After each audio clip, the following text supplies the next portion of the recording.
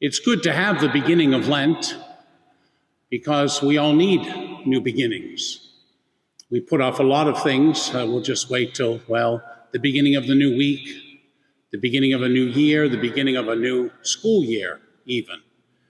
And so what have we been putting off until the beginning of next Lent? Well, this is next Lent, so don't put it off for another Lent. This is the Lent we need to begin anew. I was rereading the Holy Father's Lenten message, which is always interesting. Every year when the Holy Father produces a Lenten letter, it's always weeks before Lent, of course, that it has to be sent out.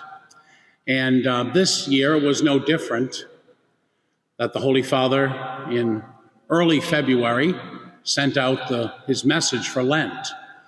Now, little did he know what would follow the promulgation of that letter, his own health crisis, and which he's still in the midst of, so we lift him up in prayer.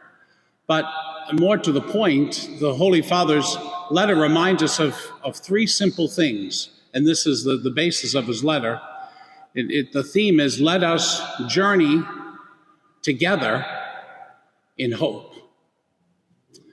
And how important that message is when someone's in the midst of suffering, like the Holy Father is, when someone's experiencing a crisis of some kind.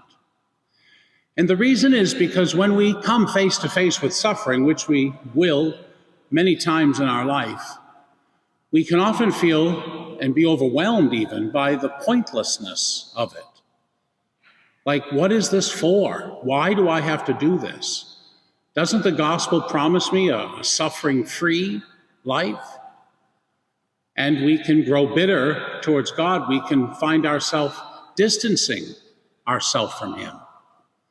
And that's why the Holy Father's pre-hospitalization words are all the more poignant. Let us journey, meaning we're going somewhere. Something is ahead of us. Even our sufferings, they play some role in what is still yet to come or yet to be. Let us journey, let us move. Winston Churchill said, when you're going through hell, keep going. Sometimes our temptation is to stop in the midst of it, even wallow in it, have a pity party off to the side. That just prolongs the suffering. When we're suffering, keep moving. Or in the words of the Holy Father, let us journey. Let us be pilgrims through this life, even through its sufferings. Next, let us journey together. One of the most isolating experiences is when we suffer alone.